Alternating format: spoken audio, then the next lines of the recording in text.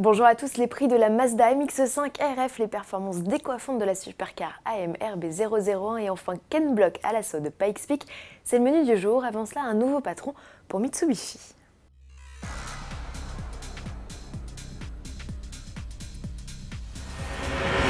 Mitsubishi sous la tutelle de Nissan, c'est officiel, le géant japonais vient de finaliser l'acquisition de 34% du capital de la firme au diamant, embourbée dans un scandale de fraude aux émissions polluantes depuis avril dernier.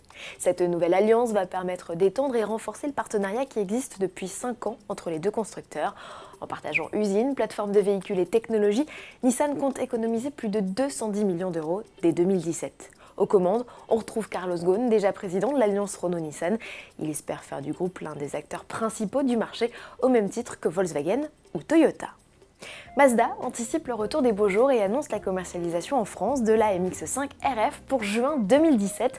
À vos carnets tchèques, le constructeur japonais annonce également le tarif de cette déclinaison très particulière du plus vendu des roadsters.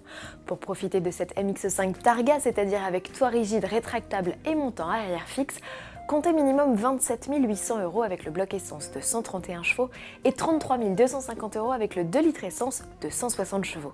C'est 700 à 2500 € de plus que le cabriolet classique selon les versions. Climatisation, système multimédia avec écran de 7 pouces et régulateur limiteur de vitesse sont de série. Le niveau supérieur ajoute le GPS, des sièges chauffants et une alerte de franchissement de ligne. La finition haut de gamme profite quant à elle de feux intelligents et directionnels, d'une aide au stationnement arrière et d'un pack sport comprenant notamment des sièges en cuir. Une édition de lancement proposée à 150 exemplaires seulement et pourvue d'une planche de bord en Alcantara et de jantes BBS de 17 pouces et quant à elle facturée 37 750 €. Il est question de chiffres, alors évoquons le KAMRB001. Sous ce nom de code un peu particulier, se cache une hypercar développée conjointement par Aston Martin et l'écurie de F1 Red Bull Racing. De l'imagination fertile des concepteurs est né ce prototype.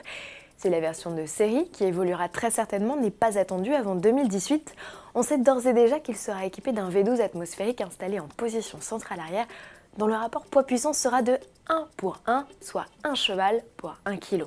Et Adrian Newey, le directeur technique, d'ajouter que le bolide serait capable d'atteindre les 320 km/h en 10 secondes, soit 4 secondes de mieux qu'une Bugatti Chiron et son W16 de 1500 chevaux. Des performances stratosphériques dont profiteront une poignée de richissimes clients. 150 exemplaires sont prévus et 25 supplémentaires dédiés à un usage 100% piste, mis à prix 3 millions d'euros. Pour finir, direction Pikes Peak, cette montagne de l'état du Colorado est le théâtre chaque été depuis 1916 d'une course de côte spectaculaire. Souvenez-vous d'Harry Vatanen et sa danse au volant de sa Peugeot 405 T16. Aujourd'hui entièrement bitumée, cette super spéciale longue de près de 20 km compte 156 virages à une altitude oscillant entre 2865 et 4300 mètres. Un terrain de jeu qu'a choisi Ken Block pour tourner le 10e volet de sa saga Gymkhana, dont vous découvrez le teaser.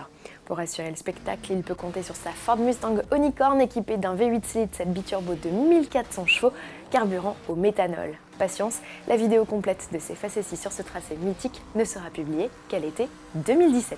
Bon week-end à tous et à lundi.